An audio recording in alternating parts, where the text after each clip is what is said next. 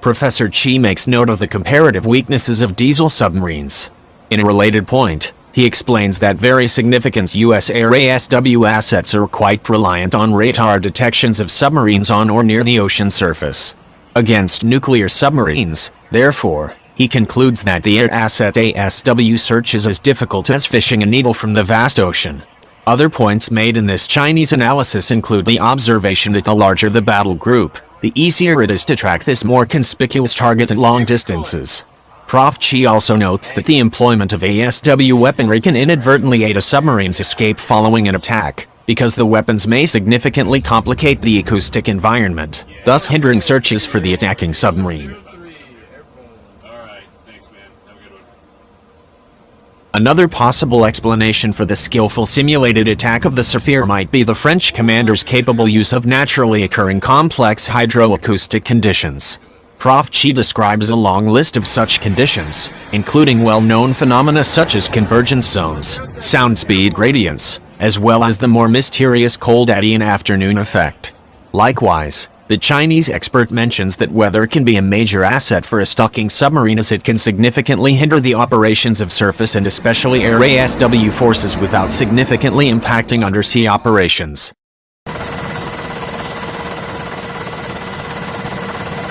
Early in 2015, a curious and disturbing report surfaced briefly and then disappeared, almost without a trace. The report, apparently published and then quickly retracted, had been posted by the French Ministry of Defense and concerned the successful operations of the French nuclear submarine Zephyr in an exercise pitting it against the U.S. Navy's Theodore Roosevelt aircraft carrier battle group. The somewhat shocking content of the report, that the French submarine had succeeded in sinking half the battle group during the exercise, may explain its rapid purging from the internet. After all, close brothers in arms may demonstrate their tactical and operational prowess in a naval drill, but they should not gloat about that, and especially not in public, right?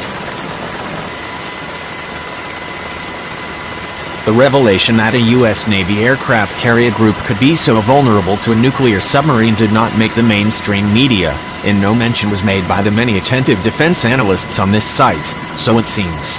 However, the Chinese defense media does not miss much, especially concerning the capabilities of U.S. Navy carrier groups.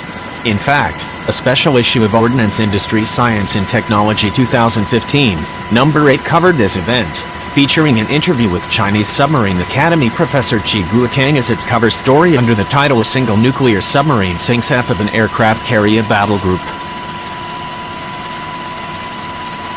Prof. Chi makes clear that he understands that an exercise can hardly be compared to real combat and that, moreover, he evaluates U.S. Navy anti-submarine warfare ASW to be a highly efficient and harmonized system comprised of multiple layers of defense for an aircraft carrier.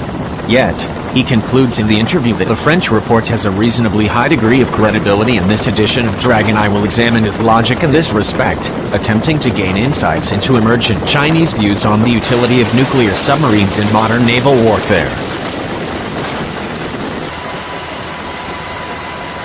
At the outset of the interview, Prof. Chi asserts that submarines are the nemesis of aircraft carriers. He explains that over the course of World War II, no less than 17 aircraft carriers were sunk by submarines. With another nod to the U.S. Navy's prowess, Prof. Chi points out that 8 of those 17 were put down by U.S. submarines. Yet the historical episode that comes up repeatedly in the interview is not from WW2, but rather the Falklands War. This short, but sharp conflict from the early 1980s seems to have had an outsized impact on Chinese naval development, yielding Beijing's singular and relentless focus on anti-ship cruise missile ASCM development. He demonstrates a very close study of that conflict, for example outlining the probable explanation for Argentine torpedo failures' complex and difficult hydrological conditions. He emphasizes the fact that the British nuclear submarine HMS Conqueror was able to track its prey, the General Belgrano, in that conflict over the course of 50 hours without detection before administering the coup de grace, as an example of the prowess of modern nuclear submarines. Yet he acknowledges that Argentine Navy ASW could not be compared to U.S. Navy ASW, of course.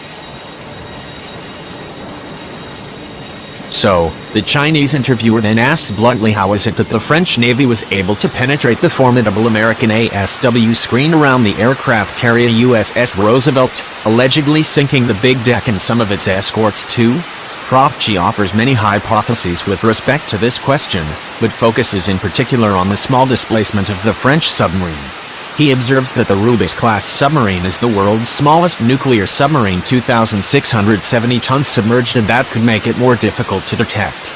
According to this Chinese expert's analysis, the Los Angeles-class submarines protecting the aircraft carrier have about 3 times the displacement, placing them at a disadvantage, especially in a circumstance where both crews have a similar level of training proficiency.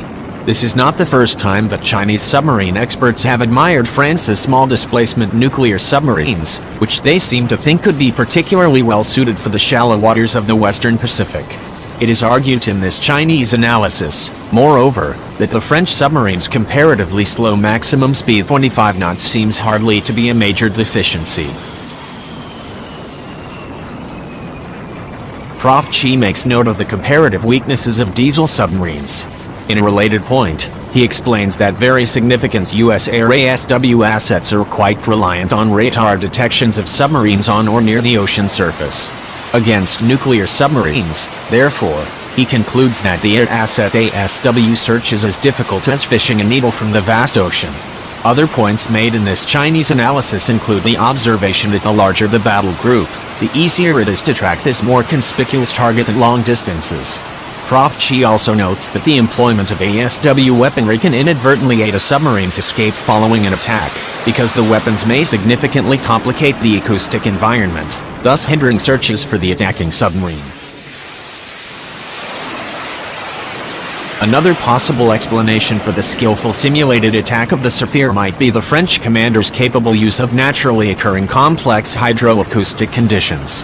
Prof. Chi describes a long list of such conditions, including well-known phenomena such as convergence zones, sound speed gradients, as well as the more mysterious cold eddy and afternoon effect. Likewise, the Chinese expert mentions that weather can be a major asset for a stalking submarine, as it can significantly hinder the operations of surface and especially air ASW forces without significantly impacting undersea operations. At the end of the interview, Prof. Chi is asked whether the Soviet nuclear submarine-centric model for naval development or the American aircraft carrier group-centric model is inherently superior. But the Chinese expert rejects the question as too simplistic. He says that Soviet Admiral Sergei Gorshkov wanted a balanced fleet, but Moscow's efforts in the naval realm ultimately fell short of that aspiration.